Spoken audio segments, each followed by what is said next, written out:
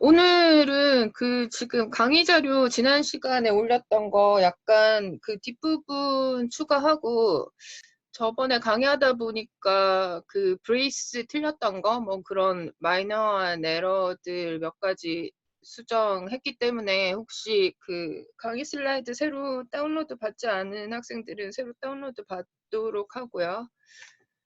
그 다음에 수업 시작하기 전에 기말고사 얘기 잠깐 하고 시작하도록 하겠습니다.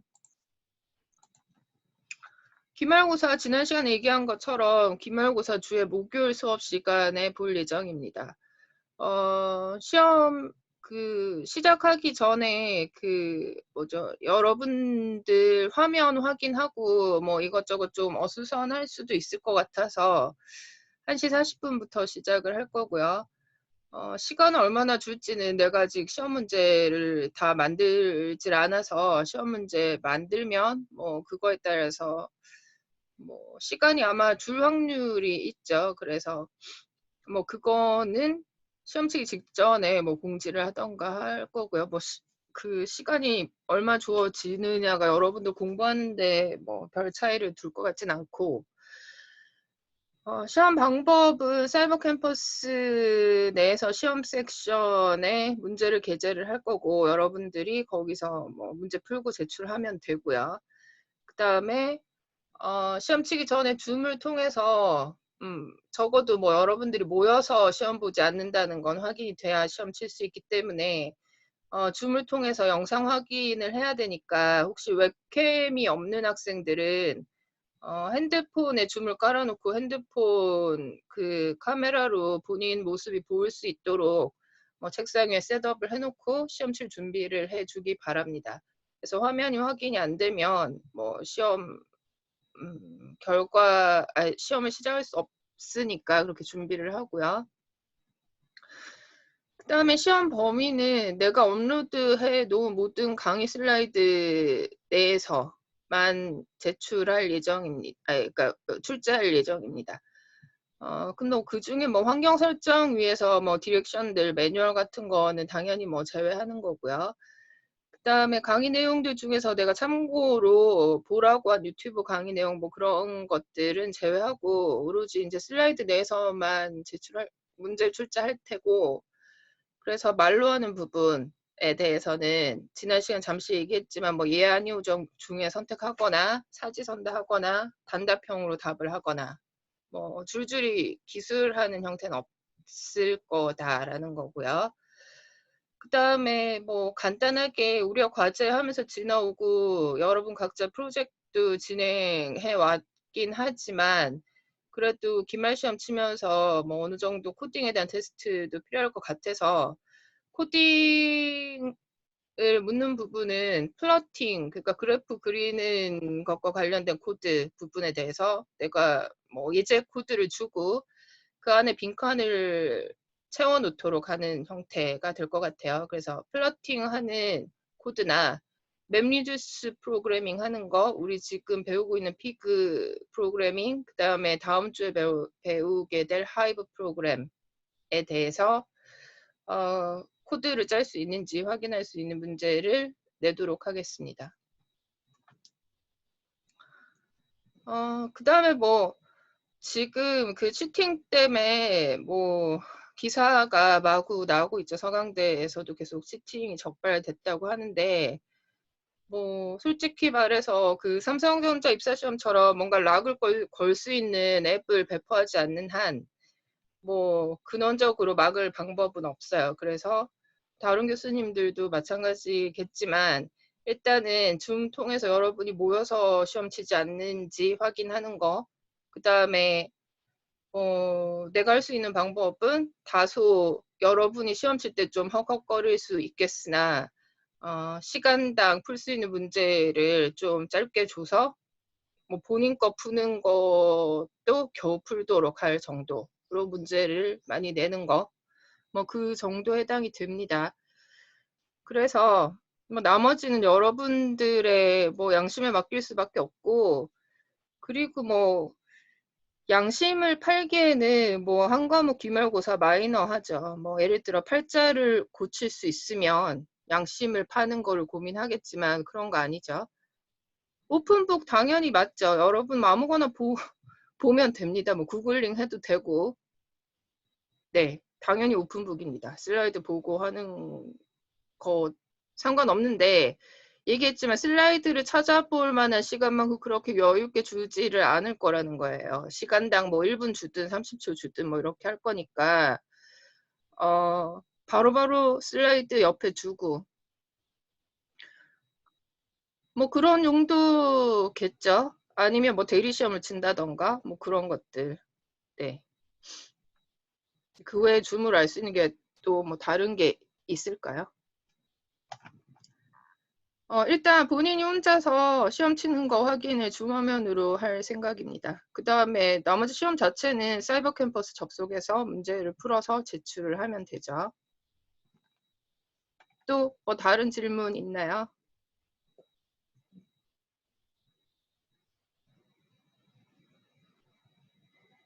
사이버 캠퍼스 다른 교수님들 시험 사이버 캠퍼스에서 친다고 하지 않으신가요? 우리 목요일이니까 그 전에 아마 다 쳐볼 것 같은데. 뭐, 그죠. 줌하면은 그냥 본인 모습이 보이면 돼요, 대략. 그러니까 혼자 뭐 어딘가에 앉아 있다는 게 보이면 되는 용도로 줌 화면은, 그러니까 줌 미팅에 들어오게 되면 화면은 그거는 뭐라죠? 하단에 내려서 두면 되고, 여러분들이 접속해서 실제로 보고 문제를 풀 거는 사이버 캠퍼스의 시험 섹션에서 치면 됩니다. 사이버 캠퍼스 시험 섹션 쳐본 적 없는 사람은 다음 시간 시작할 때 내가 그 가르치는 파이썬 과목에 퀴즈 낸 거를 이쪽 문제에 연결해 줄 테니까 그거 한 5분 정도 어떤 식으로 하는지 한번 체험해보고 칠 수 있도록 하겠습니다. 또 다른 질문 없나요? 자, 그래서 기말고사 그렇게 칠 거고요. 그 다음에 우리 지금 피그, 하이브, 오늘 피그 끝나고 간단한 과제 하나 줄 테고, 하이브도 끝나고 간단한 과제 하나 줄 텐데, 뭐 그건 과제는 과제대로 풀면 되고, 우리가 지금 학기 초부터 계속 개인별로 데이터 도메인을 하나 잡으라고 했고, 지나오면서 계속 본인의 프로젝트를 수행을 하고 있습니다. 그런데 맵리듀스 같은 경우에는 여러분들이 찾고자 하는 궁극적인 질문에 대한 답을 준다기보단 다소 아토믹한 문제였죠. 뭔가 이제 그룹핑을 하고 그 그룹별로 뭔가 아웃풋을 내는 뭐 그런 형태의 잡을 수행을 하기 때문에 조금 우리가 그 하둡 건너오기 전에 그 주피터 노트북에서 다뤘던 문제보단 사이즈 작은 형태였어요. 근데 이제 파이널 미니 프로젝트는 주피터 노트북에서 했던 문제들 그대로 똑같이 하둡에서 피그나 하이브를 사용을 해서 구현을 해도 되고, 그 다음에 앞에 주피터 노트북에서 여러분이 했던 과제에 대해서 내가 피드백을 줄 때 문제 자체가 클리어하지 않다라고 커멘트 준 부분들이 있어요. 그러면 그 문제 그대로 하더라도 뭔가 문제 자체가 한 문장으로 딱 떨어지는 형태로 정리를 한 다음에, 그 다음에 로직은 주피터 노트북에서 구현했던 로직 그대로 피그나 하이브를 사용을 해서 해도 상관이 없습니다. 피그로 할지 하이브로 할지는 우리 지금 아직 하이브 배우지 않았지만 가장 큰 차이는 뭐냐면, 하이브는 다음 주에 내가 설명을 하겠지만 그 스크립트 자체가 SQL 쿼리에 해당이 되기 때문에 내가 쿼리를 일일이 설명하지 않을 예정이에요. 그래서 그 SQL 쿼리를 어떤 식으로 돌리는지에 대한 설명을 할 거기 때문에 학기 초에 내가 SQL 쿼리에 대해서 개인적으로 준비를 하라고 얘기를 하긴 했지만, SQL 쿼리가 손에 익지 않은 사람들은 아마 피그를 사용을 하는 게 더 쉬울 수 있고, 그 다음에 SQL 쿼리를 자유롭게 구사하는 사람들은 하이브를 사용을 하는 게 훨씬 더 빠른 시간에 구현을 할 수가 있겠죠. 그래서 둘 사이에 오늘 우리 피그 나머지 부분 배우겠지만, 피그의 스크립트 라틴이라는 스크립트는 SQL을 비슷하게 닮은 하나의 스크립트 랭귀지입니다. 그다음에 하이브에서는 사실 하이브 SQL이라는 거를 쓰고 있지만 뭐 기본적인 SQL과 정말 그리 다르지 않아요. 그래서 기본적으로 SQL문을 쓸 수 있는 사람은 그대로 쓸 수 있기 때문에, 그리고 문제의 사이즈를 봤어 측면에서도 여러분들이 그 우리 앞에 파트에서 주피터 노트북으로 물었던 질문을 구현을 하는데 별 문제가 없어요. 그래서 개인적으로 피그가 편한 사람 피그로 구현하고 하이브가 편한 사람 하이브로 구현을 하면 됩니다. 근데 언제 하냐면 지금 우리가 다음 주까지 하이브를 배울 거고, 그 다음에 기말고사 칠 테고, 그러고 나서 6월 20일에 그 미니 프로젝트에 대해서 어떤 식으로 정리해서 낼지에 대한 템플릿하고 그거에 대한 설명을 하는 동영상을 내가 업로드를 하려고 해요. 그러면 그걸 보고 6월 28일 자정 직전까지 결과물을 제출을 하면 됩니다. 그래서 미니 프로젝트 자체는 기말고사 치고 일주일 정도 한다라고 생각을 하면 되고요.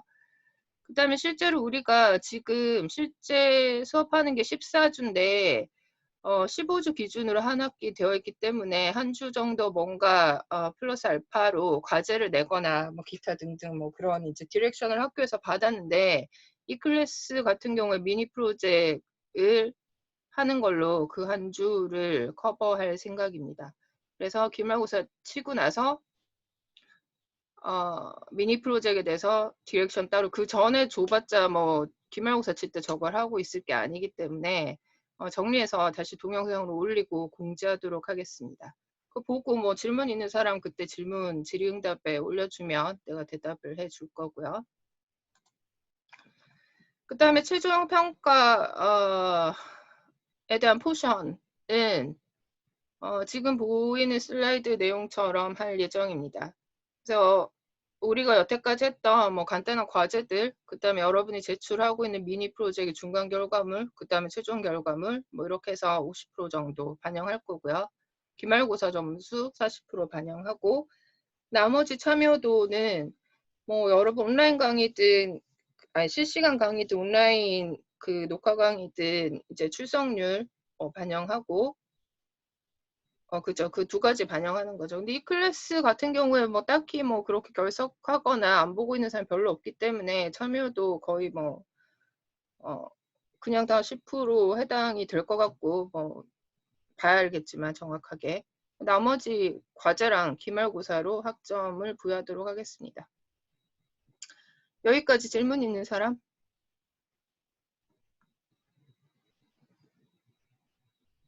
네. 일단 이렇게 해서 뭐 학점과 관련된 부분 설명했고요. 그 다음에 지난 시간에 이제 우리 피그에 대해서 내용도 살펴봤어요. 근데 그 엑스큐션 그 지난 시간 했던 거 그냥 휘리릭 한번 지나가고 이번 시간 강의할 내용 시작하도록 하겠습니다. 피그 엑스큐션 모드에 이렇게 지금 그 커맨드 창에서 실행을 할 수도 있다라고 얘기를 했고, 그 우리가 작업한 영역이 로컬 모드인지 맵 리듀스 영역인지 뭐 이런 것들에 따라서 우리 시작할 때 어떤 식으로 피그를 구동할지가 달라져요. 근데 문제는 지금 여러 가지로 하지 말고 지금 이 클래스에서 실습은 그냥 안발이 상에서 하면 됩니다. 그 다음에 질문 올라온 거 보니까 여기는 되는데 안발이는 안 되고 그럴 순 없어요. 그냥 안발이 그 자체는 지금 여기서 도는 모듈들의 상태에 대해서 GUI 껍데기일 뿐이기 때문에 이 환경과 안발이에서 보이는 환경은 정확히 일치를 해요. 그 다음에 지금까지 올라온 질의응답을 보면 피그에서 문제라고 했던 부분들은 대부분 호트넉스 샌드박스의 구동 자체가 안정적이지 않은 상태에서 비롯되는 문제들 같고, 그 다음에 뭐 맵리듀스 같으면 뭐 파이썬 버전이 틀리다던가 뭐 그런 식으로 샌드박스가 도는 거 외에 여러 가지 이제 여러분들의 환경적인 요소가 뭐 영향을 끼칠 부분들이 좀 있었는데, 피그나 하이브는 그런 부분 없어요. 그래서 대부분 에러가 나는 부분은 내가 실행을 해봐도 여러 가지 작업을 하다가 샌드박스 구동시키고 뭔가 이제 안발이 접속해서 하려고 하면 커넥션 에러다 이렇게 뜨는데 그런 것들은 버추얼 머신 자체가 스테이블하지 않기 때문에 나오는 현상이에요. 그래서 일단은 지난 시간에 얘기한 것처럼 싹 다 다시 리부팅 한 다음에 프로그래밍 환경만 띄워서 다시 시작을 하면 대부분 해결이 될 거예요, 아마. 그래서 그렇게 해결을 하고요.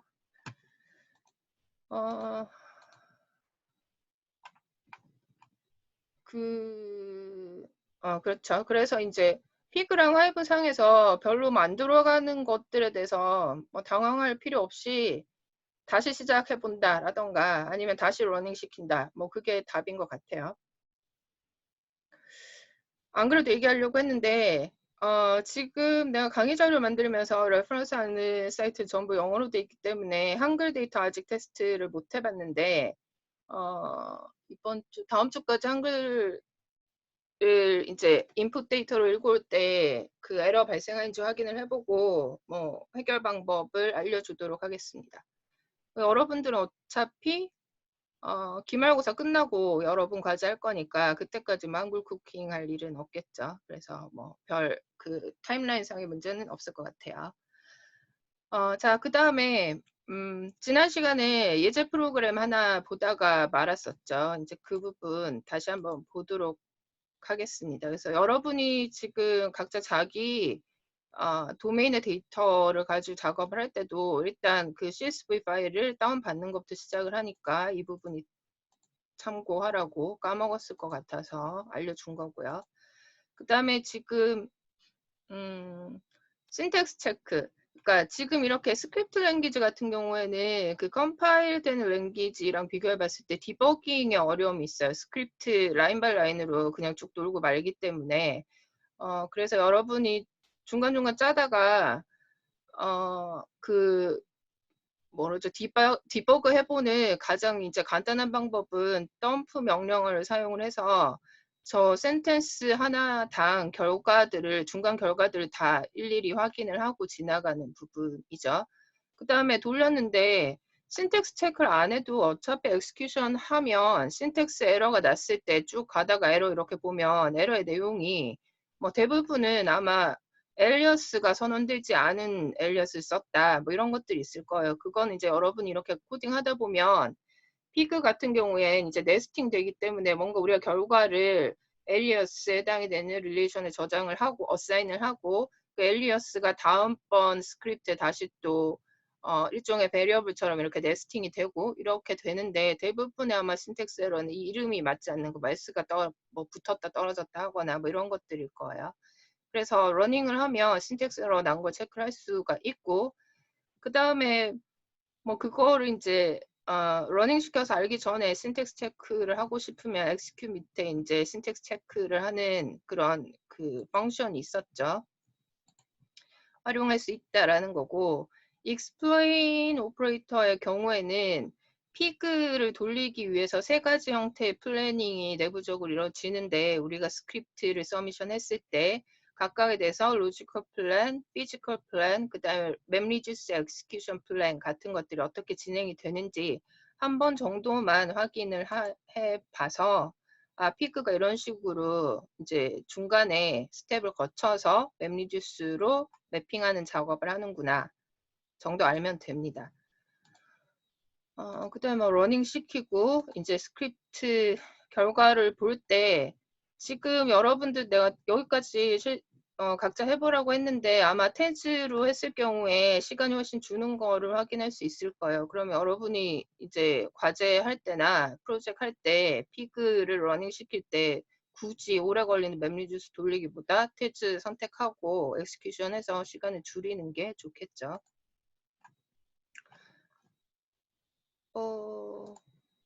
하나 더 있었어야 됐는데. 네. 거기까지가 지금 본 부분이 이제 어떤 스크립트든 처음 CSV 파일 받아서 돌려서 결과 나올 때까지 한 사이클을 보여준 거예요. 그래서 여러분이 뭐 어떤 종류의 스크립트를 짜든 그런 순서로 돌리면 될 수 있다라는 거고요.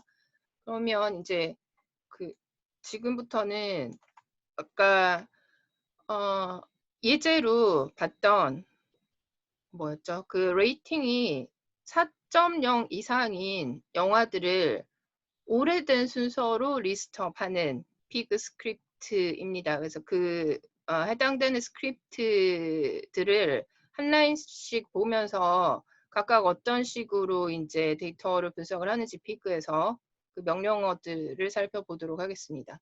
원래는 내가 이렇게 이 예제를 보고 그 다음에 로드 명령어 왔다 갔다 이렇게 했는데 지난 시간에 해보니 좀 정신없는 것 같고 일단 지금 그 4.0 이상의 영화들을 오래된 순서대로 리스트업하는 하나의 예제를 한번 따라서 쭉 설명을 하고요. 그 다음에 뒤에 라틴 랭귀지 문법에 대해서 한번 더 설명을 하려고 하는데 아마 오늘 시간에 다 설명이 안 될 수가 있을 것 같아요.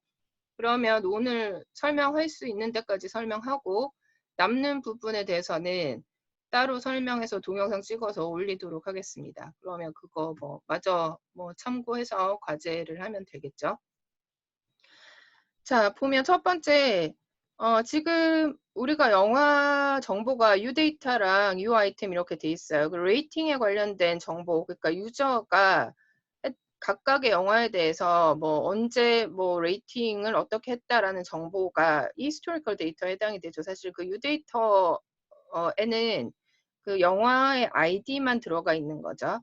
그 다음에 그 영화가 언제 발표됐는지, 그 영화의 제목이 뭔지 같은 것들은 유데이터에 들어가 있지 않아요. 그래서 유데이터랑 유아이템이랑 두 가지 그 소스 파일, 데이터 소스로부터 입수하는 데이터에 대해서 우리가 비교를 하고 그렇게 해서 결과를 내야 된다라는 거죠. 첫 번째로 해야 될 일은 일단 이 소스 파일에서 데이터를 로드를 해서 스키마를 만드는 작업을 합니다. 그래서 로드 명령어는 데이터 소스로부터 읽혀온 데이터들을 어떤 식으로 우리가 구조화할지를 정의를 하는 거예요. 그래서 우리가 뽑았을 내용은 유저 아이디, 무비 아이디, 레이팅, 레이팅 타임. 근데 원래 이 데이터에 들어가 있는 게 이게 전부예요. 전부인데 그거 거의 그대로 읽어오고 그 다음에 각각에 대해서 컬럼 네임을 주는 역할을 하는 거죠. 그래서 이렇게 읽어와서 그걸 뉴 데이터에 어사인을 하고 그 결과를 덤프를 떠서 화면에 보여주는 거예요. 디스플레이 하는 거기 때문에 이거는 스토어나 어떤 파일에 적히는 게 아니라 그냥 이렇게 훅 보여주는 거에 불과합니다. 그래서 보면 지금 이제 유저 아이디 196번 아이디가 무비 아이디 242번에 레이팅을 3이라고 줬고 언제 줬냐면 유닉스 타임으로 어쩌고저쩌고 이렇게 적혀져 있어요. 그 다음에 지난 시간에도 얘기를 했지만 저 소스 데이터 소스에 해당이 되는 파일이 로컬 영역에 있으면 안 되고 HDFS 스페이스로 일단 들어와 있는 상태에서 로드 명령어를 사용을 해야 된다라는 거죠. 그 부분 체크할 필요가 있고 그 다음에 u아이템의 경우에는 지금 여기서 보는 것처럼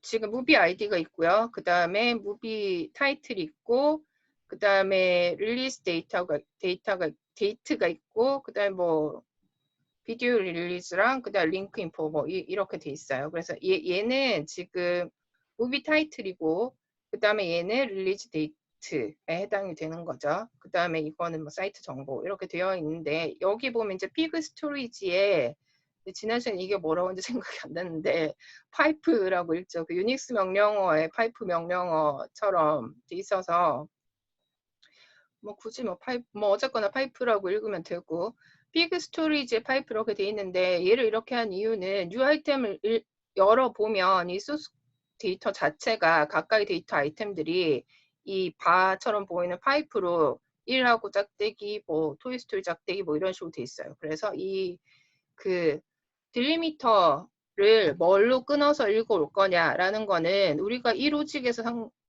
결정하는 게 아니라 이 데이터 안에 데이터 어떻게 돼 있는지 봐서 CSV 같은 경우에는 콤마로 세퍼레이트 돼 있죠. 그러니까 그럴 경우에 피그 스토리지에 콤마를 줘야 되는 거고 그다음 탭으로 되어 있는 경우가 사실 디폴트예요. 로드 명령어의 유징에서 사용하는 디폴트이기 때문에 탭으로 되어 있는 아까 앞에서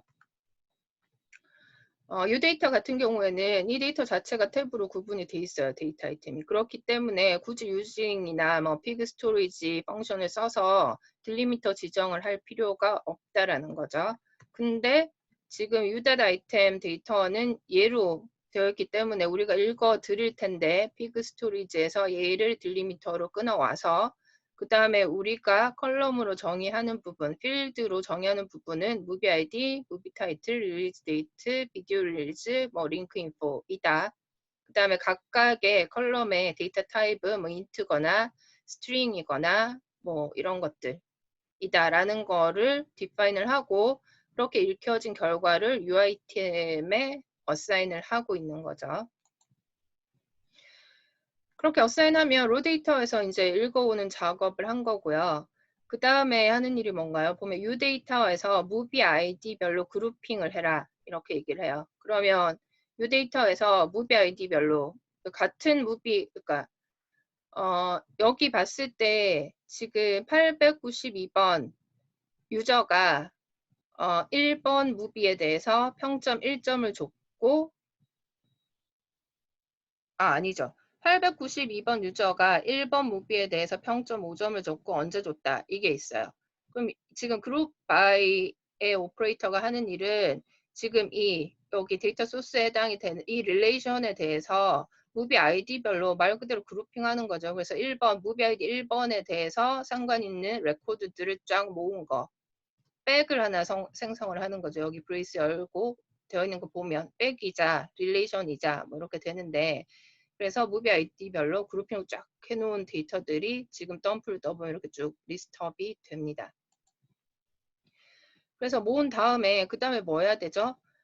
사용자들이 뭐 굉장히 많이 레이팅을 하는데 무비별로 평점의 평균을 구해야겠죠. 왜냐면 우리가 4.0 이상인 것들을 모아서 그 영화에 대한 정보들을 타임스탬프 그러니까 발표된 연도가 빠른 것부터 해서 어센딩이죠. 어센딩으로 그 리스트업을 해야 되니까 지금 저렇게 그룹핑을 한 다음에 그 다음에 앞에 지금 여기 각자 계속 물고 물려요. 레이팅 바이 무비라는 릴레이션 이렇게 해서 그룹핑을 한 다음에 이 하나의 로우에 대해서 for each가 의미하는 거는 여기 적혀있는 릴레이션에 각각의 로우에 대해서 generate 뒷부분의 일을 한다라는 거죠. 어떻게 하냐면 무비 아이디를 하나 셀렉션을 하고 그 다음에 이 데이터의 레이팅에 대한 에버리지를 에버리지 레이팅으로 한다라는 건 뭐냐면 지금 요 앞에 이 데이터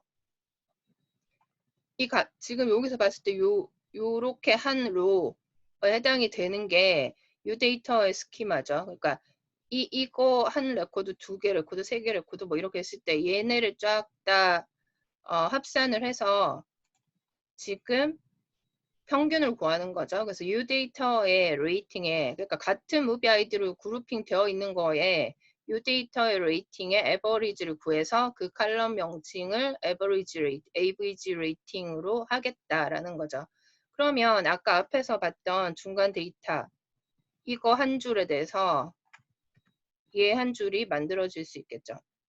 1번 무비에 대해서 사용자들이 줬던 평점의 전체 평균은 3.878 어쩌고저쩌고 나간다. 뭐 이렇게 하는 것들이 각각의 무비 아이디에 대해서 다 계산이 된 상태를 컨텐츠로 가지는 게 AVG ratings라는 릴레이션이다까지 구한 거예요.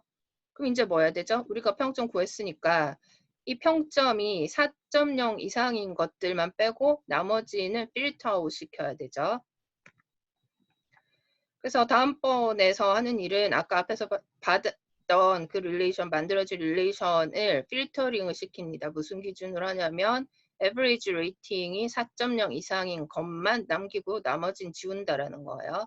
그래서 그 4.0 이상의 레코드들만 뽑혀진 릴레이션을 5스타 movies 뭐 이름이 그렇긴 한데 5점에 가까운 근접한 평점을 받은 무비들이라는 의미에서 그냥 5스타 무비스라고 했고 보면 이제 지금 현재로는 무비 아이디 순으로 지금 이렇게 쭉 4.0 이상인 것들만 남고 나머지는 remove 된 상태예요.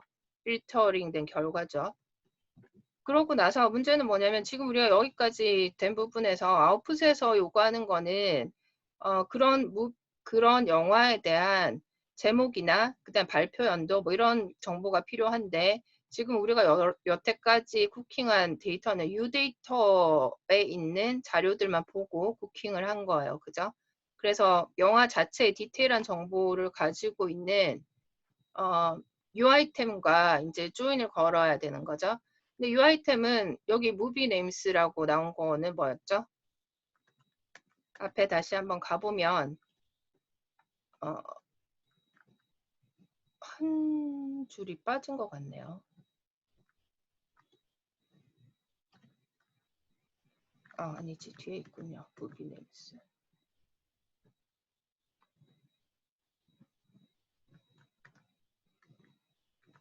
한 줄이 빠진 것 같으네요. 원래 그 소스 코드에 보면 UI템은 일단 여기 있는 거 쫙 다 읽어온 다음에 그러네, 하나 빠졌네요. 뿌리치를 여기 뿌리치만 예제로 넣고 내가 이거는 안 넣은 것 같아요. 무비 네임스도 만들어 놓는데 얘는 뭐 하는 거냐면 이렇게 u.item 소스에서 읽어온 uitem을 가지고 뭐만 여기 있는 거를 일단 무비 아이디랑 무비 타이틀이랑 그 다음에 여기 지금 유닉스 타임으로 되어 있는 거를 우리가 일단 읽을 수 있는 ddmmyy 이런 형태로 바꿔가지고 뭐 릴리스 데이트 타임 뭐 이런 식으로 컬럼을 컬럼 형태를 변환한 거를 movie names라는 릴레이션이 가지고 있어요. 현재 상태. 근데 우리는 지금 어디를 보려고 하냐면 여기를 보려고 하는 거죠. 그래서 영화 정보에 대한 거 릴레이션이 가지는 거 여기까지 해놓고 근데 지금 우리가 평점 평균 내는 것까지 그러니까 영화 아이디별로 그룹핑을 해서 평점을 내고 그 다음에 4.0 이상인 것만 가지고 있는 것까지가 요 세 라인에 해당이 되는 거고요. 그 다음에 우리가 찾아야 될 영화들은 찾았는데 해당된 영화들의 디테일한 정보를 더 붙여서 보여줘야 되니까 지금 우리가 보려고 하는 건 이제 조인 문장이죠. 여기서 하는 일이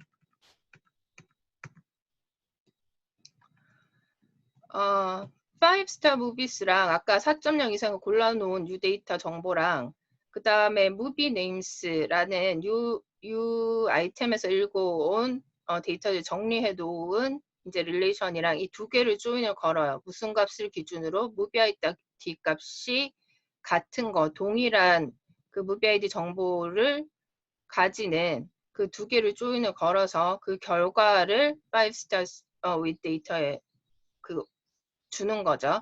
그러니까 지금은 여기서 어떤 특정한 그거 뭐죠? 뭐 컬럼을 셀렉션 하거나 그러고 있는 게 아니라 단지 5스타 무비스랑 무비 네임스라는 릴레이션 두 개를 무비 아이디로 걸어서 얘네가 가지고 있는 필드들을 다 한꺼번에 보여주는 거예요. 그러니까 결과적으로 12번 영화에 대해서 평점 요 데이터가 가지고 있던 거, 그러니까 5스타 무비스가 가지고 있던 정보는 여기까지죠. 12번에 5스타 무비스 가지고 있던 여기까지가 5스타 무비스에서 가져온 정보. 그 다음에 똑같이 12번 아이디에 대해서 무비 네임스에 저장되어 있던 정보는 유주얼 서스펙트고 더는 뭐죠? 얘까지 이렇게 합쳐서 제목이 있고요. 그 다음에 1995년 릴리즈된 연도, 그 다음에 뭐 타임스탬프 뭐 이런 식으로 가지고 와서 이게 한 로우를 만들고 있죠. 그래서 조인의 결과물은 지금 보이는 것처럼 5스텝 무비스랑 무비 네임스가 가지는 컬럼들을 무비 아이디 값을 기준으로 합쳐 놓은 거가 조인의 결과입니다. 뭐 RDB 아는 학생들은 RDB 조인이랑 똑같은 개념입니다. 뒤에 다시 이제 조인 명령에 대해서 조금 더 설명을 할 거고요.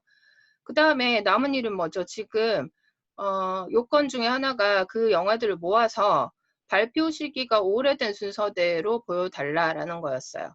그래서 아까 조인된 결과 5스타 스윗 데이터에 대해서 무비 네임스의 릴레이션 의 컬럼인 릴리즈 타임 별로 오더 바이 해서 보여주는데 어센딩이 ASC가 디폴트 값으로 먹히기 때문에 어센딩일 경우에 여기다가 뭐 ASC 이렇게 붙일 필요 없이 그냥 줘도 어센딩으로 먹히게 돼요. 그래서 릴리스 타임 이 숫자가 지금 요 뒤에 붙은 이 숫자가 작은 거에서 큰 순서로 지금 리스트업이 되어 있는 거죠. 그래서 지금 이렇게 그 아웃풋이 나오면 우리가 원했던 질문에 대한 답이 될 수가 있겠죠. 그 다음에 이 답을 이렇게 덤프만 떠서 뭐 보면 될 수도 있고, 그 다음에 여러분들이 만약에 피그로 과제를 하게 되면 어차피 우리가 비주얼라이제이션을 매플라블립을 사용을 해서 비주얼라이제이션 할 거기 때문에 이 결과가 파일에 저장이 될 필요가 있죠. 파일에 저장을 하고 그 저장된 파일을 매플라블립에서 가져와서 앞에서 우리가 초반부에 했던 그 여러 가지 그래프를 그리는 것까지가 여러분이 할 미니 프로젝트의 이제 마지막 단계의 뭐 일이죠. 그렇게 하려면 저장할 필요가 있습니다. 그냥 덤프를 떠서 확인을 하고 끝나는 게 아니라, 그래서 스토어 명령을 써서 뭐 여기 앞에서 결과에 해당이 되는 릴레이션을 거꾸로 우리가 로드할 때랑 반대 방향으로 이렇게 어떤 그 디렉토리에 어떤 파일에다가 쓸지를 지정을 해 주면 되겠죠. 그래서 지정을 하고 나서 실제로 지금 이제 여기 밑에 이제 있는 이렇게 저장을 하고 그 다음에 어디 가서 보냐면 HDF 그 파일 뷰에 가서 해당된 디렉토리에 이 파일을 열어보면 되겠죠. 지금 이거는 파일 뷰에 가서 oldest 5-star movies data를 열어보면 이게 이제 이렇게 저장을 하면 얘가 디렉토리 형태로 저장이 돼요. 그러고 나서 들어가면 success 뭐라는 파일이 있고 그다음 다른 파일이 하나 있는데 얘가 실제로 데이터를 가지고 있습니다. 그래서 얘를 클릭해서 열어보면 이런 식으로 들어가 있어요. 정보가. 그런데 보면 한 가지는 스토어에서 파일로 이렇게 썼을 때 디폴트로 탭이 먹히게 돼 있어요. 각각의 데이터 엘리먼트들 간에. 그래서 보면 각각 이제 데이터 아이템들 간에 중간에 딜리미터로 탭이 먹혀 있는 거를 볼 수가 있겠죠.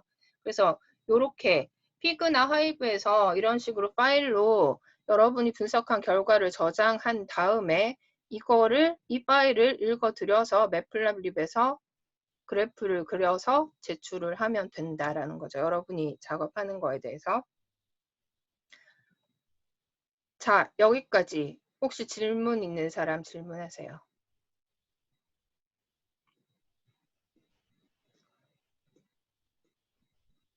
일단 그러면 계속 진행하겠습니다. 그래서 이런 식으로 대략 피그 스크립트를 사용해서 프로그램 짠다는 건 이런 식으로 짜는 거다라는 거죠.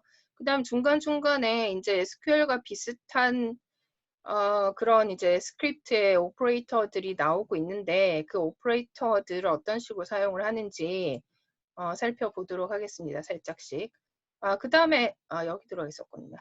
한 가지는 이제 지금 뭐 이렇게 쭉 치다 보면 사실 타이핑 에러가 많이 발생할 수가 있는데 피그 그 GUI 화면에서 여기를 눌러보면 피그 헬퍼라는 게 있어요. 그래서 보면 일종의 템플릿 같은 거를 제공을 하는 거죠. 예를 들어 필터 오퍼레이터를 쓴다라고 했을 때 얘를 이렇게 클릭을 하면 더블 클릭하면 이 에디터 창에 똑같이 이렇게 적혀요. 그러면 우리가 필터 바이는 예약어니까 그대로 쓰는 거고 퍼센티지가 붙어있는 이 부분만 우리가 원하는 부분으로 코딩을 하면 되겠죠.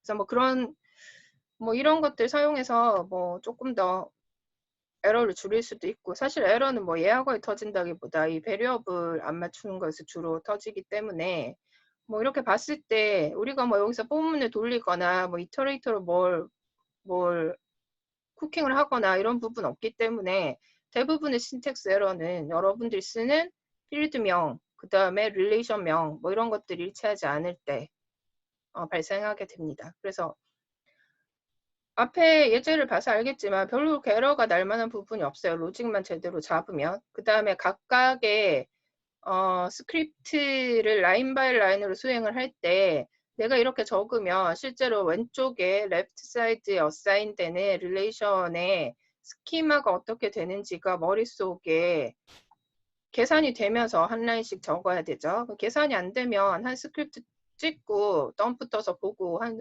스크립트 찍고 덤프 떠서 보고 뭐 이런 식으로 진행을 하면 됩니다.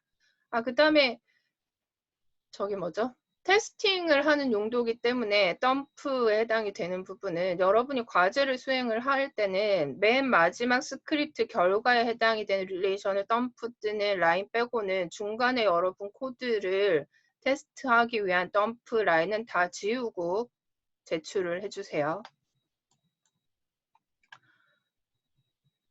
그 다음에 남은 시간 피그 라틴이 다 안 될 것 같으니까 과제부터 먼저 얘기를 할게요.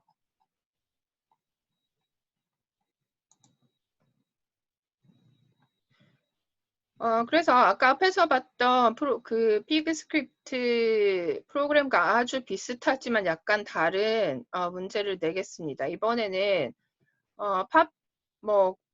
파퓰러하지만 평점이 낮은 무비 리스트들을 보여주는 프로그램이에요.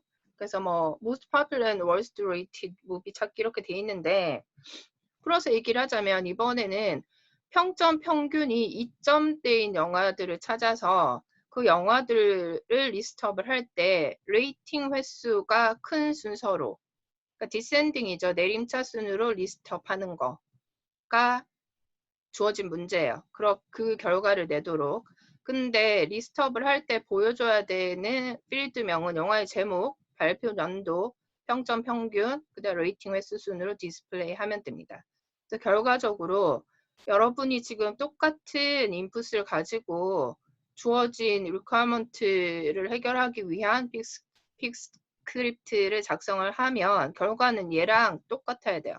그래서 지금 가지고 작업한 유데이터랑 유아이템 가지고 이렇게 해서 돌려보면 결과가 이 영화가 지금 여기까지 제목이고요. 발표 연도, 그 다음에 평점 평균, 레이팅 횟수 이렇게 돼 있죠. 보면 지금 위에서 요구하는 대로 1점대의 영화들이 전부 리스트업이 돼 있고 근데 리스트업 할 때 순서는 레이팅 횟수가 큰 거부터 44, 43, 39, 31, 30 이렇게 계속 줄어들죠. 이렇게 되죠. 그러니까 채점 기준은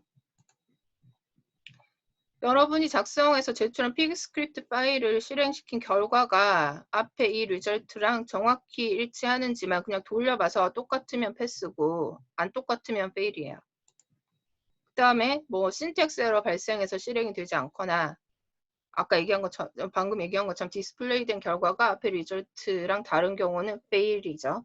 중간 점수 없습니다. 그냥 10점 아니면 0점이기 때문에 여러분이 돌려봐서 이거랑 똑같은 결과가 나오는지를 확인을 하고 본인 거에서 또 혹시 또 똑같은 결과가 나왔는데 조교 채점 결과가 아니다라고 나오면 그건 한 번 정도 조교에게 연락을 해서 개인적으로 문제를 해결하기 바랍니다. 근데 혹시나 해서 이제 여러분들이 이렇게 자질구레한 거에 연결고리들 잘 모르는 것 같아서 피그 스크립트 파일 제출하는 방법을 알려주면 지금 우리가 이렇게 피그 스크립트 작성해보면 지금 위에 이 피그 스크립트의 위치가 이렇게 떠 있어요. 그러면 그 얘기는 이 피그 스크립트는 제목이 우리가 find all this 이렇게 적었다고 해도 피그 스크립트 상에서 이렇게 파일명이 만들어진 시간 대비해서 이렇게 만들어져요. 그러면 일단은 얘를 작성을 해서 테스트 해봐서 앞에서 봤던 expected result하고 똑같은지 확인이 완전히 끝나고 나면 그러면 얘 스크립트를 어디 긁어서 아니면 이렇게 그림으로 잘라서 내면 안 되겠죠. 돌려봐야 되니까. 그러면 지금 얘 디렉토리는 어디 디렉토리겠어요?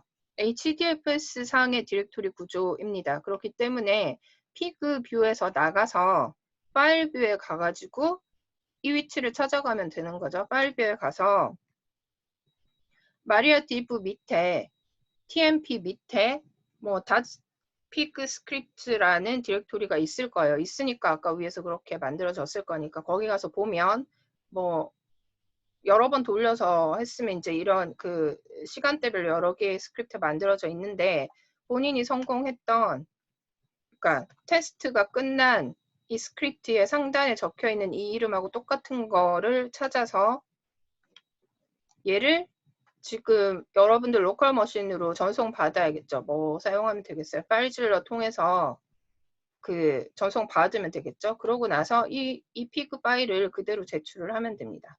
뭐 굳이 여기다가 학번 같은 거 넣을 필요 없고, 사실은 사이버 캠퍼스에 여러분이 제출을 하면 우리가 채점할 때 다운받으면 여러분 학번의 이름으로 이 파일들이 바뀌어요. 단지 이제 zip 파일로 묶어서 제출했을 경우에 zip 파일 안에 들어가 있는 파일들이 뭐 그렇게 자동으로 네이밍이 지정되지 않기 때문에 뭐 그런 경우에 학번 붙이라고 디렉션 주는 거고, 지금 과제 같은 경우에는 딸랑 피그 스크립트 파일 하나만 제출하면 되니까 그냥 이거 그대로 받아서 이거 그대로 사이버 캠퍼스에 제출을 하면 됩니다.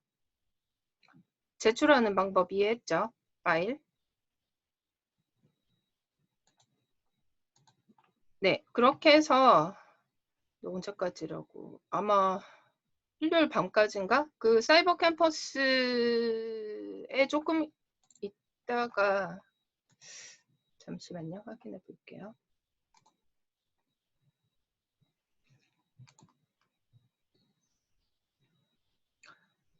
일요일 자정 직전까지 제출하면 됩니다. 그래서 보면 알겠지만 거의 대부분 앞에서 봤던 그 예제 코드에서 아주 약간만 바꾸면 되는 형태예요. 그 다음에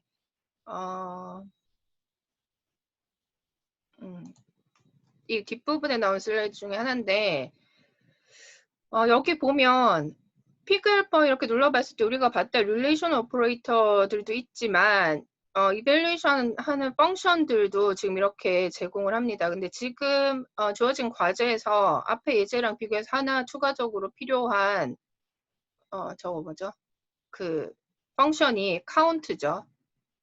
카운트 왜 필요하냐면 이거 레이팅 횟수를 어큐뮬레이션 해서 더하기를 해야지만 카운팅을 해야지만 이거 카운팅 횟수별로 이렇게 리스트업을 할 수 있기 때문에 카운트 펑션이 한 번 더 들어가는 부분이 있어요. 그거 빼고는 거의 비슷하기 때문에 잘 찬찬히 생각을 해서 과제를 해결을 하기 바랍니다. 그래서 현재 지금 이 과제 하기 위해서는 앞에서 봤던 예제에 나오는 펑션들만 정확히 이해하면 되고, 그 다음에 펑션에 관련된 걸로 추가적으로 카운트 펑션만 더하면 되는데, 카운트는 뭐 별거 없이 레이팅 횟수를 더하는 거기 때문에 생각해보면 알 수 있겠죠.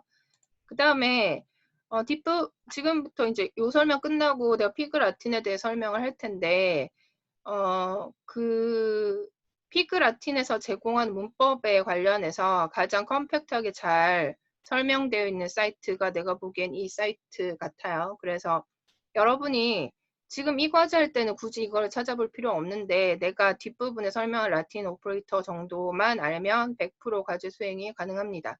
근데 여러분이 진행하고 있는 미니 프로젝트를 수행을 할 때는 내가 설명할 라틴 오퍼레이터 외에 그 외의 것들 혹은 그 외의 함수들이 더 필요할 수도 있겠죠. 그런 부분은 여기에서 찾아서 해결을 하기 바랍니다.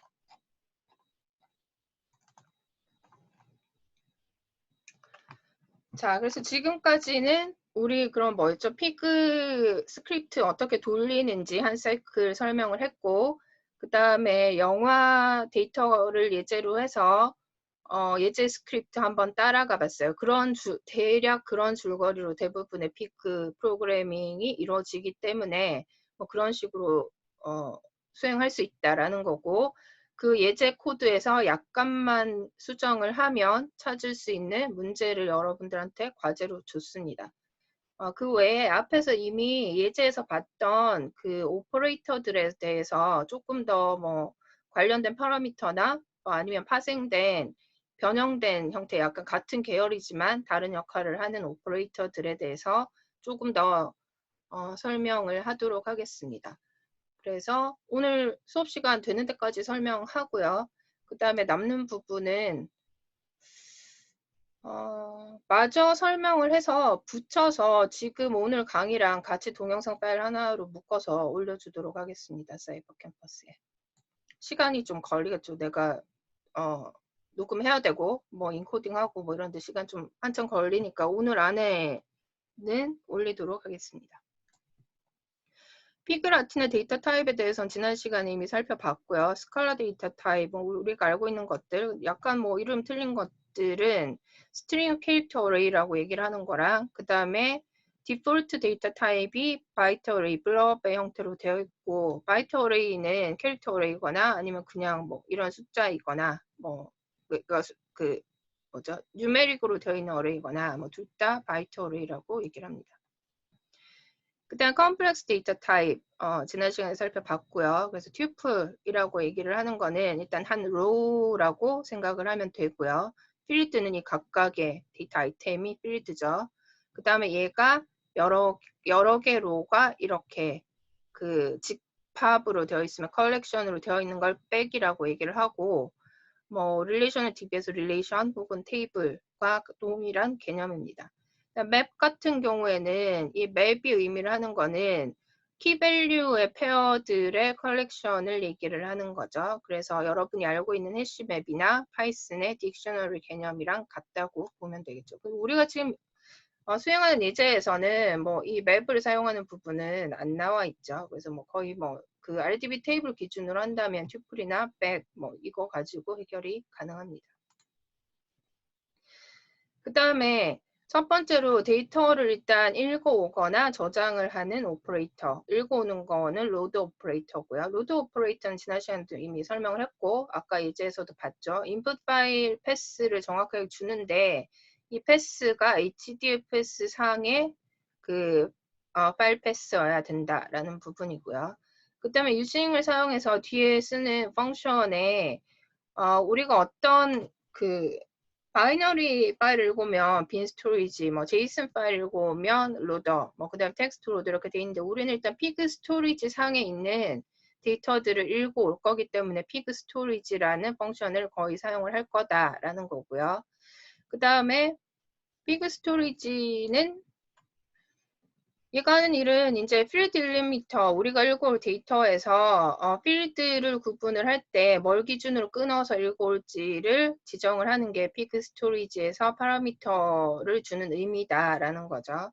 그 다음에 그렇게 읽어온 것들을 결국은 로드 명령어가 하는 일은 이 소스, 데이터 소스에서 읽어온 것들을 우리가 새로운 릴레이션으로 정의를 하는데 어떤 컬럼들을 가지는 스키마로 정의를 할 거냐를 정의하는 거죠. 그래서 스키마, 뭐 컬럼, 그러니까 여기 있는 데이터 아이템들 중에서 이걸 다 읽어올 필요는 없어요. 그래서 필요한 것들만 읽어오면 됩니다. 그래서 뭐 이런 방식을 read on 스키마라고 해요. 읽어오는 순간에 스키마를 정의를 하는 거고, RDB 같은 경우에는 write on 스키마라고 얘기를 하는데, 그건 우리가 그러니까 저장을 하는 순간에 스키마가 정의가 되어 있어야 된다는 의미예요. 그래서 return 스키마, 그러니까 pig 스크립트 return 스키마 타입이다. 뭐 라고 얘기를 하면 지금 봤다시피 소스 파일의 데이터 형태가 어떻든 간에 우리가 as 뒷부분에 대해서 이 부분에서 정의하는 스키마대로 우리가 릴레이션을 정의를 하는 거죠. 그래서 이런 방식을 return 스키마라고 얘기를 합니다.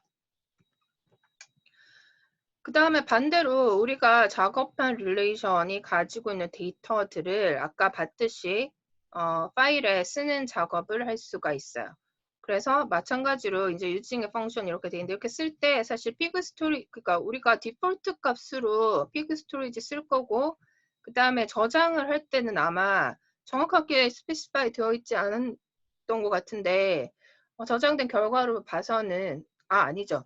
읽어올 때나 저장할 때나 다 디폴트 타입은 탭입니다. 그래서 탭으로 딜리미터를 쓸 거고 그 다음 피그 스토리지에 있는 데이터를 읽거나 쓸 경우에는 유징 펑션을 그냥 옵셔널 해요. 이 부분 안 쓰면 피그 스토리지의 탭 파라미터로 주는 거랑 똑같다라는 거죠. 그래서 이미 우리가 앞에 예제에서 봤죠. 스토어의 예제에 대해서 어떻게 되는지. 그 다음에 데이터를 읽고 쓰는 거 외에 데이터를 필터링 하는 오퍼레이터들이 있습니다. 아까 우리가 살펴본 거는 필터 오퍼레이터 이미 살펴봤고요. 실제로 빅데이터 프로세싱을 할 때 80% 정도의 시간은 데이터 프리 프로세싱에 쓰인다라고 얘기를 해요. 그 얘기는 뭐 데이터를 우리가 분석한 로직을 구현을 하는데 오래 걸린다기보다 잡다구리하게 모여진 데이터들을 정리를 하는데 굉장히 많은 시간이 걸린다는 얘기죠. 그 정리를 하는 오퍼레이터들인데 어떤 식으로 정리를 할 거냐. 첫 번째 필터는 우리가 사용하지 않을 로드를 제거를 하는 역할을 합니다. 그죠? 아까 우리가 평점 4.0 이상인 것만 보겠다. 뭐 이렇게 했을 때 4.0 미만인 것들을 버린다라는 거죠. 필터 아웃 시키는 거죠. 그래서 보면 데이터를 채로 걸러낸 역할을 하는데 필터 오퍼레이터는 로 단위의 필터링을 하는 오퍼레이터죠. 그래서 이거는 4.0 이상이면 얘는 채택, 얘는 채택, 3.8은 날리고 2.0도 날리고 뭐 이런 거죠. 뭐 문법은 우리가 소스를 쓸 필터에서 컨디션 줘서 이 컨디션 만족하는 것만 남기고 나머지는 필터 한 다음에 relation to left side에 있는 relation에 assign 하는 게 필터 오퍼레이터죠.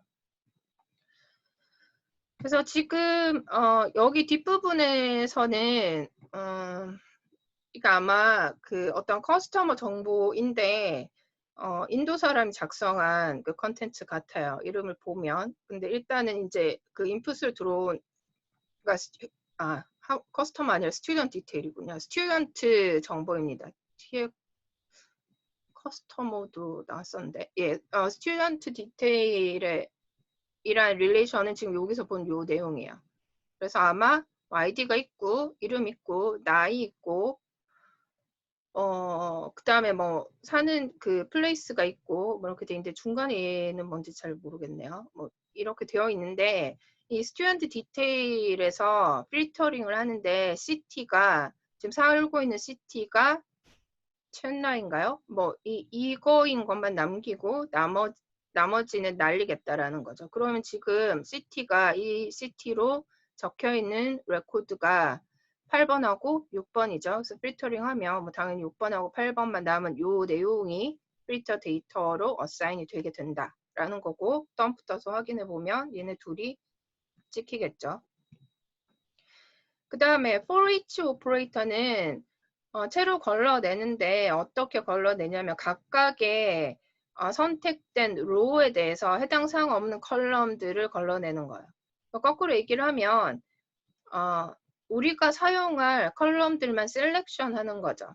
그래서 SQL 그 쿼리에서 셀렉트 문이랑 같은 역할을 한다고 보면 됩니다. for each 문장이.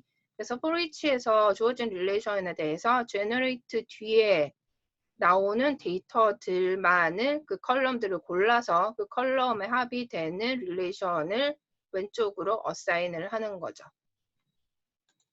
예제를 한번 볼까요? 예제에서 스튜던트 디테일에서 여기서 뭐 단순히 그냥 셀렉션만 합니다. 제너레이트에서 ID, age, city만 골라서 for each 데이터로 넘기겠다 하면 이 중에서 ID랑 age랑 city만 고른 이 릴레이션의 결과가 for each 데이터가 가지게 되는 거죠.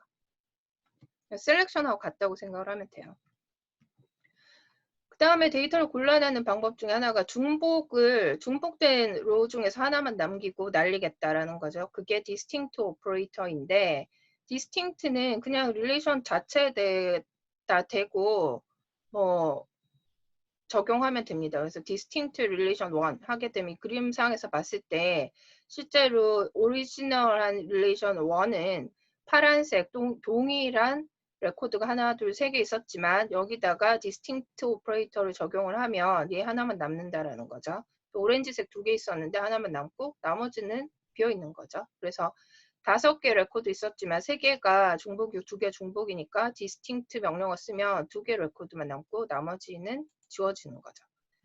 그래서 지금 보이는 이 간단한 예제에서는 예를 들어 스튜던트 디테일이 지금 이런 내용이 들어가 있고 거기다 distinct operator를 적용을 하면 지금 여기는 뭐 의도적으로 그냥 이렇게 집어넣어 뭐 2 중복 2개고 3 중복 2개고 6 중복 2개 뭐 이렇게 돼 있으면 중복을 날리고 말 그대로 디스팅트한 로우만 남기는 거죠. 그래서 6개의 로우가 지금 디스팅트 데이터에 포함이 되어 있는 것을 확인할 수 있습니다. 그 다음에 뭐 이런 건 이제 RDB에는 없지만 이제 샘플 오퍼레이터가 있어요. 샘플 오퍼레이터는 그 릴레이션에서 말 그대로 샘플링 하는 거예요. 대표할 수 있는 뭐 예를 들어서 여기서 임의로 여기 있는 데이터 중에 10%만 고르겠다 이렇게 얘기를 하면 피그가 랜덤하게 이 개체 로우들 중에서 10분의 1만 골라서 그거를 왼쪽에 릴레이션으로 어사인을 합니다. 그래서 예를 한번 보면 지금 기존의 스튜던트 디테일에 레코드가 8개 있어요. 8개 있는데 여기다가 샘플하고 그 리소스가 되는 릴레이션 적고 0.5 이렇게 적으면 반만 가지겠다라는 거죠. 그래서 뭐 이건 내가 임의로 여기 있는 거 반 잘라서 그냥 넣어놓은 거긴 한데 이렇게 뭐 상위에 있는 앞에 거 4개만 찍힌다기보다 그냥 랜덤해요. 그때그때 돌릴 때마다 틀려요. 샘플링이기 때문에. 그래서 학생들 중에 내가 아마 뭐 피그나 하이브를 돌릴 때 메모리 문제든 뭐 시간상이든 너무 오래 그러니까 데이터 너무 크다 싶은 학생들은 이렇게 샘플링을 통해서 데이터 사이즈를 줄여서 돌릴 수도 있습니다. 근데 뭐 그 정도 그러니까 오리지널한 사이즈만큼 있어야 의미 있는 데이터가 뭐 나온다고 하면 그대로 돌리면 되고요. 봐서 뭐 그렇진 않은 것 같다. 근데 뭐 이게 너무 한참 걸린다. 그럼 이렇게 샘플링을 해서 먼저 샘플링 한 다음에 샘플로 그 걸러진 데이터에 대해서만 데이터 분석을 할 수도 있겠죠. 그래서 뭐 이런 4가지 방법의 오퍼레이터가 피그가 제공을 하는 데이터를 필터링 할 수 있는 도구들이다라는 거고요. 그 다음에 뭐 그룹핑 할 수 있죠. 그룹 바이를 사용을 해서 뭐 작업을 합니다. 그러니까 어떤 특정 릴레이션에 대해서 그 특정 필드명을 줘서 그 필드명대로 그룹핑을 하는데 아까 지금 여기는 이제 스튜던트를 읽어오는 것부터 한번 이제 보여주고 있어요. 그래서 스튜던트 디테일스의 텍스트 파일을 로드를 하는데 이번에는 피그 스토리지에서 지금 여기는 콤마로 CSV처럼 콤마로 세퍼레이션 돼 있죠. 그러니까 읽어올 때 피그 스토리지에서 콤마를 딜리미터로 읽어와야 되는 거고요. 읽어오고 난 스키마가 ID, first name, last name, 그 다음에 age, 그 다음에 중간에 이거 폰 넘버였군요. 폰 넘버, 그 다음에 city 뭐 이렇게 들어오게 뭐 전부 다 읽어오는 거죠. 읽어온다고 치면 결과적으로 이렇게 돼 있던 텍스트는 지금 스튜던트 디테일에서는 스키마가 이런 식으로 머릿속에 여러분 머릿속에 정리되기를 이렇게 딱 정리가 돼야 된다는 거죠. 뭐 찍어봐도 되지만 그래서 이렇게 하고 그 다음에 그룹 바이 어떤 식으로 하죠? 지금 스튜던트 디테일에 대해서 에이지별로 하겠다 한 다음에 실제로는 에이지별로 하면 어떻게 될까요? 지금 여기 에이지가 같은 사람 21, 21살인 사람 2명, 22살 2명, 23살 2명, 24살 2명 이렇게 돼 있으니까 그럼 21하고 이 레코드랑 이 레코드 2개가 같은 백에 들어가 있고 뭐 이런 형태로 나오게 되는데 지금 여기선 덤프를 뜨지 않고 일러스트레이트라는 오퍼레이터를 사용을 하고 있어요. 일러스트레이트는 뭐냐면 그 덤프는 그러니까 이렇게 덤프하고 그룹 멀티플 하면 그룹 멀티플에 들어가 있는 모든 릴레이션 다 보여주죠. 근데 일러스트레이트는 이 릴레이션 중에서 뭐 랜덤하게 한두 개의 example만 보여줘요. 어떤 용도로 주로 사용을 하냐면 디버깅을 할 때 사용을 하는데 지금 이제 요거 하나니까 굳이 이렇게 디버깅해서 볼 필요가 없지만 아까 우리가 예제로 돌렸던 굉장히 긴 프로그램에 대해서 마지막 결과물에 해당한 릴레이션에 대고 일러스트레이트를 적용을 하면 그 중간에 네스팅 되어 있던 그 중간 릴레이션들 있죠. 그 중간 릴레이션들을 스텝 바이 스텝으로 지나오면서 하나의 데이터로가 어떤 식으로 변경이 되어 있는지에 대한 것들을 말 그대로 일러스트레이션을 시켜줍니다.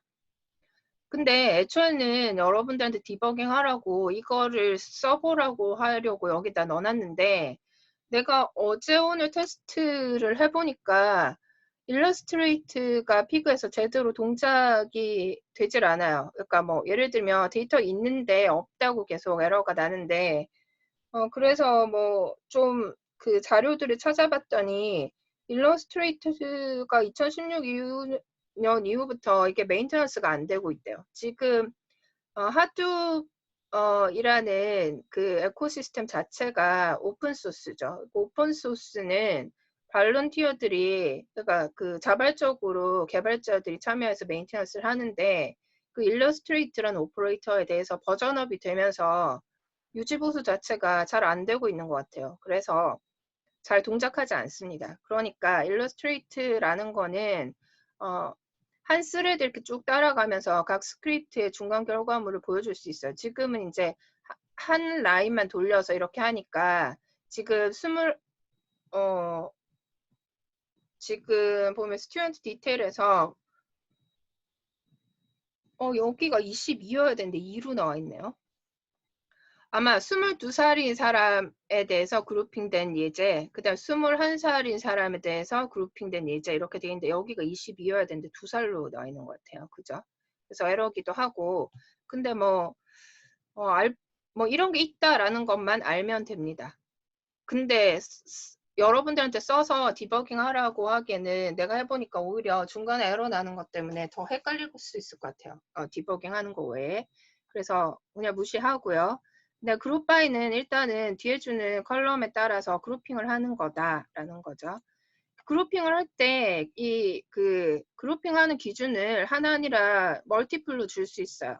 그래서 예를 들어서 H랑 CT 두 가지가 일치하는 사람들을 한 그룹으로 묶겠다라고 얘기를 하면 지금 있는 이 데이터에서는 나이로 묶으면 얘 한 묶음이고 얘 한 묶음, 얘 한 묶음, 얘 한 묶음 되겠지만 H랑 CT를 같이 조건을 줘서 묶었을 때 같은 백에 묶이는 레코드가 없어요. 그죠? 그래서 H랑 CT가 둘 다 조건으로 가게 되면 전부 다 레코드 하나씩 다 디스팅트하게 그룹핑이 되는 결과를 볼 수 있습니다. 하지만 하나씩 들어가나 10개씩 들어가나 그룹핑 결과는 결과니까 일단 이렇게 돌려보면 이런 식으로 나온다라는 거고요. 멀티플 컨디션을 줄 수 있다라는 거죠. 그 다음에 경우에 따라서는 전부 한꺼번에 뭔가를 찍기를 바란다. 이렇게 하면 소스에 대해서 all이라는 예약을 줘서 그룹 all 이렇게 쓰면 여기가 그룹핑의 키가 all이라고 적히고 그 다음 전부 모든 레코드가 한꺼번에 다 싸잡아서 한 그룹에 들어가게 되는 거죠.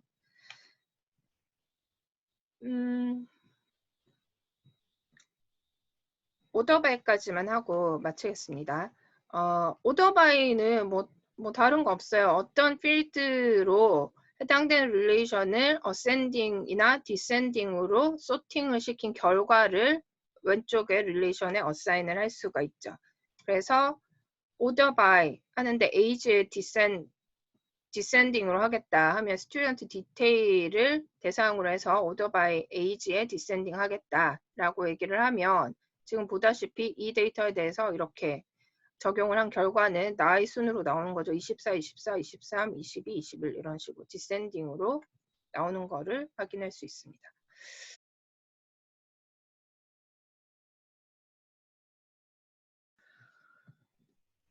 자, 조인 오퍼레이터에 대해서 한번 살펴보도록 하겠습니다.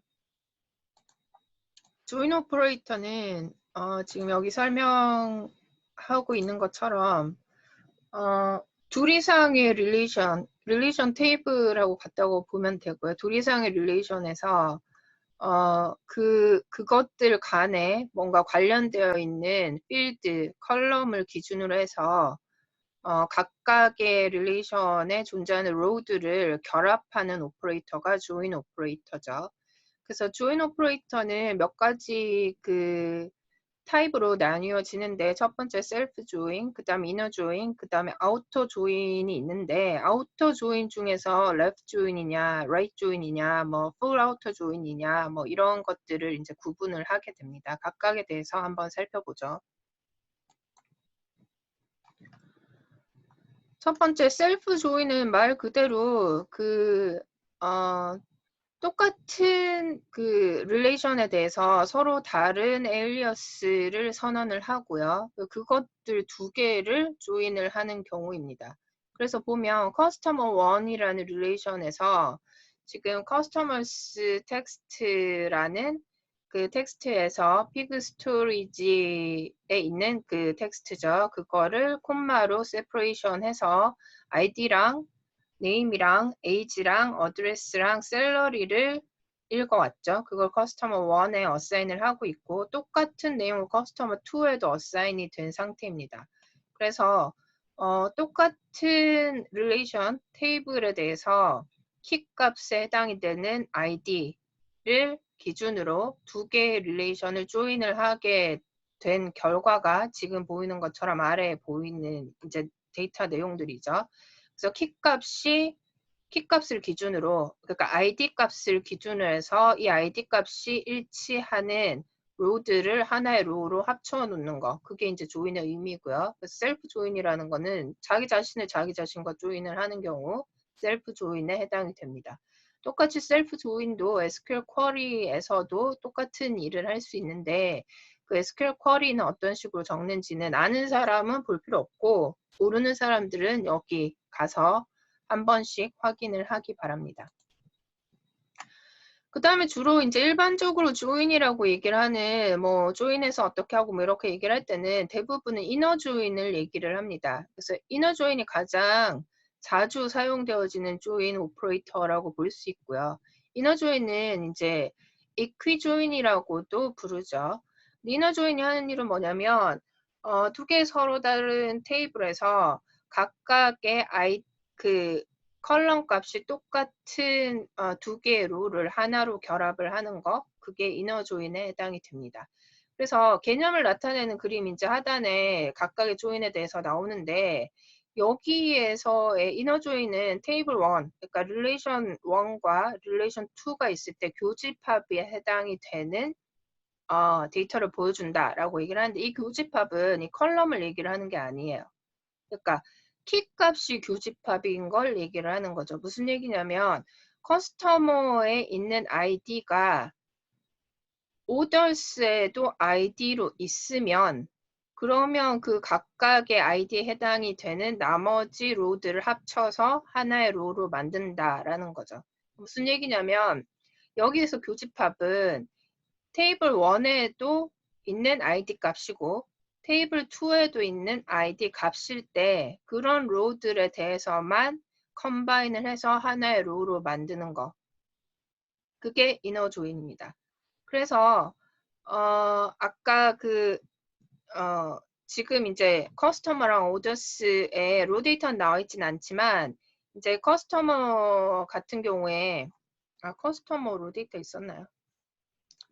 지금 이제 여기서 반 잘라서 이 부분이 이제 커스터머라고 볼 수 있죠. 커스터머 데이터에 대해서 일단 오더스가 가지고 있는 데이터는 뭐냐면 커스터머로 등록이 돼 있고요. 그 다음에 뭐 뭔가 주문을 하겠죠. 여기서 이제 오더 시스템에서 고객에 대한 정보가 있고 그 다음에 고객이 뭔가를 구입했을 때 주문했을 때 오더에 대한 정보가 있겠죠. 그렇게 오더에 대한 정보가 있는데 일반적으로 봤을 때 오더에 정보가 있으려면 그 커스터머는 반드시 커스터머 등록이 돼 있어야 되겠죠? 그죠? 그래서 지금 로 데이터 보이진 않지만 지금 이너 조인의 의미는 뭐냐면 오더스 중에서 아이디가 2인 레코드가 이렇게 있었고 커스터머에도 커스터머 아이디가 2인 레코드가 이렇게 있었어요. 그래서 우리가 이거 조인을 이렇게 두 개의 릴레이션을 아이디 값으로 아이디랑 커스터머 아이디 값을 이렇게 조인을 하면 이 두 개가 같이 하나의 로로 컴바인이 된다라는 거죠.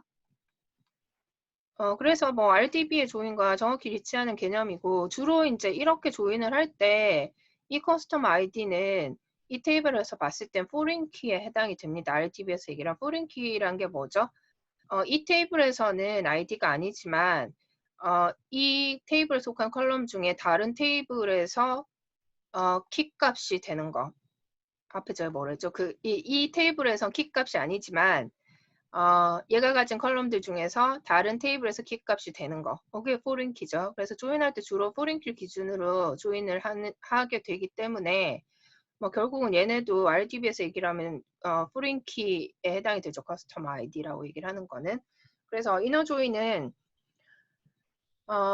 이 왼쪽과 오른쪽이라고 뒤에서 이제 left join, right join이란 개념이 나오는데 left join은 지금 join을 걸 때는 항상 relation 2개 이상이죠. 그럼 둘이라고 봤을 때 이 왼쪽에 먼저 나오는 게 left relation, 두 번째 나오는 게 right relation이라고 봤을 때 이게 left relation, right relation에 해당이 되고요. 그 다음에 join을 걸어서 교집합인 부분을 우리가 inner join의 결과로 가진다라는 건 이 교집합은 이 컬럼들 사이의 교집합이 아니라 키 값으로 봤을 때 여기서 by 이하에 나온 이 지정된 키 값으로 봤을 때 그 값이 양쪽 다 똑같이 equivalent한 값이 있는 경우에 해당 레코드를 하나의 레코드로 묶어주는 게 inner join의 의미이다. 그래서 이름도 다른 이름이 equi join이죠. 이렇게 값이 equivalent한 것들만 join을 걸어라. 그래서 equi join이라고 얘기를 합니다. 두 번째 이제 outer join의 경우에는 아우터 조인은 이 교집합 외에 왼쪽이나 오른쪽 어느 한쪽의 로가 다 포함을 한쪽에 있는 id 값을 다 포함을 하는 형태로 조인의 결과물이 나타나게 돼요.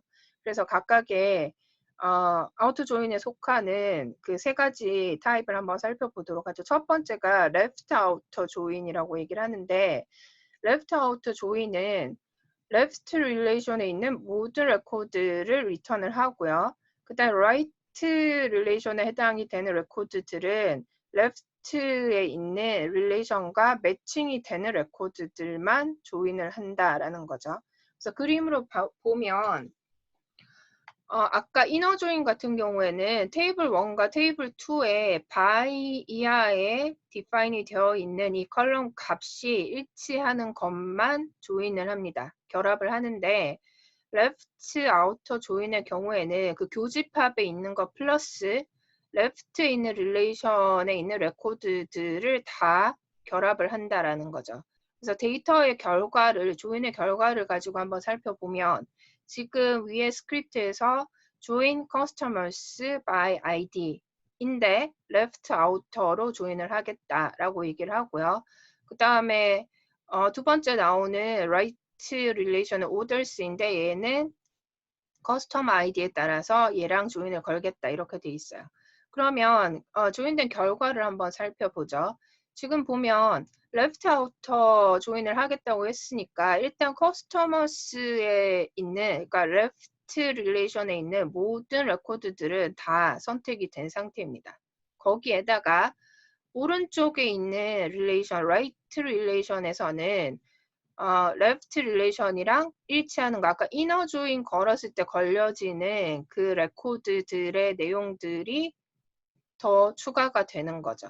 그래서 결과적으로 이 그림에서 보다시피 결국은 레코드 단위로 얘기를 하면 inner join으로 걸리는 레코드 이만큼 2, 3, 3, 4 중간에 이 4개의 경우는 inner join 걸렸을 때 양쪽 다 id 값이 2, 3, 3, 4인 것들에 대해서 양쪽 left, right 다 값이 일치하는 레코드가 있었어요. 여기다가 플러스 이만큼의 포션이 더 더해지는 거죠. 이만큼의 포션이 의미하는 게 뭐죠?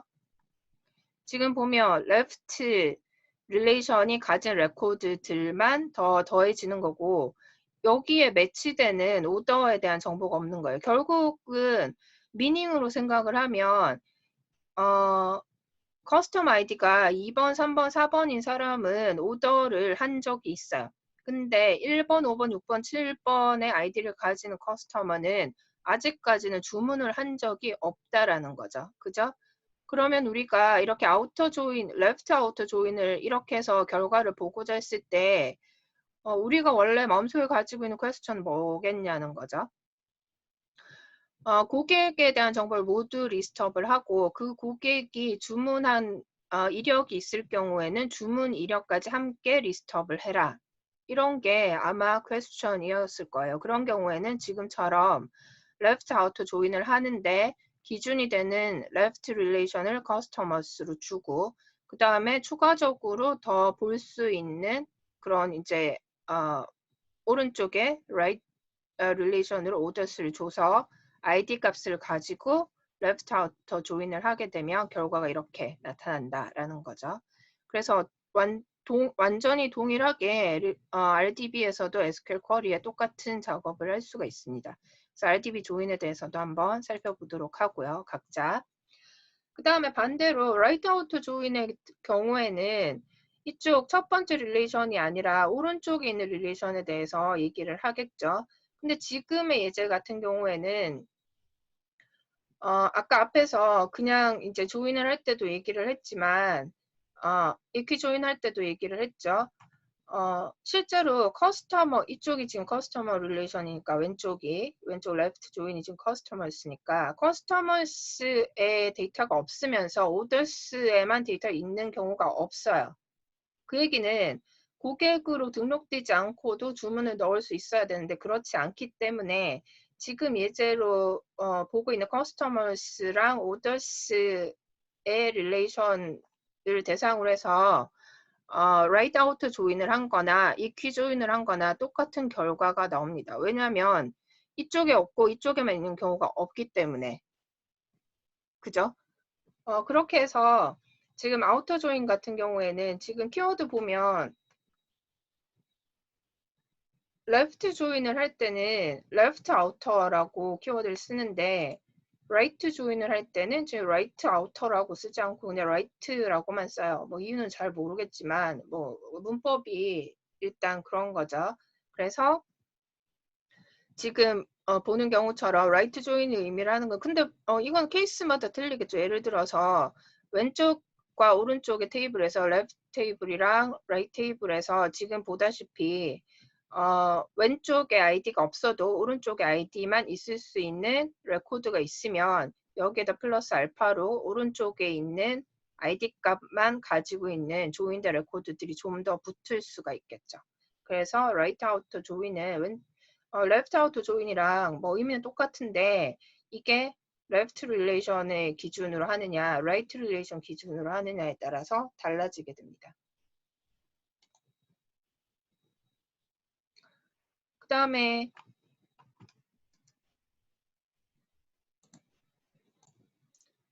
네, 다음번으로 살펴볼 건 이제 그 풀 아우터 조인이죠. 풀 아우터 조인 뭐겠어요? 왼쪽 오른쪽 다 포함을 합니다. 그래서 지금은 오른쪽만 포함이 되는 오른쪽 라이트 릴레이션에만 포함이 되는 그 아이디에 해당되는 레코드가 없기 때문에 결국은 뭐 레프트 아우터를 하나 풀 아우터를 하나 결과는 똑같아지죠. 하지만 개념상 봤을 때는 풀 아우터 조인은 사실은 양쪽 테이블의 합집합과 같은 형태죠. 그래서 만약에 이 파트랑 이 파트가 같이 있다고 치면 지금 여기 같은 경우 레프트에만 있고 라이트가 널인 경우가 있는데 아까 라이트 아우터 조인을 할 때도 마찬가지고 만약에 여기만 존재하는 아이디 값이 있다고 치면 이 앞부분의 레프트 릴레이션에서 뽑아져 나온 레코드가 널 값이고 그 다음에 오른쪽에 라이트 릴레이션에서 오는 그 컬럼에 대한 데이터만 채워져 있는 형태의 레코드들도 여기에 더 올 수가 있겠죠. 그래서 풀아우터 조인은 결과적으로 양쪽 테이블에 양쪽 릴레이션에 존재하는 모든 레코드들이 매칭이 되는 그 아이디에 대해서는 이렇게 양쪽 다 왼쪽 오른쪽 레코드가 다 존재를 하는 형태로 조인이 되고요. 지금처럼 레프트만 있는 경우에 레프트랑 라이트는 널, 그 다음에 라이트에 해당이 되는 아이디 값만 가지고 있을 경우에는 레프트 부 파트가 널이고 오른쪽이 뭔가 컬럼의 값이 채워진 형태 뭐 그런 형태로 그 조인의 결과물을 얻을 수가 있겠죠.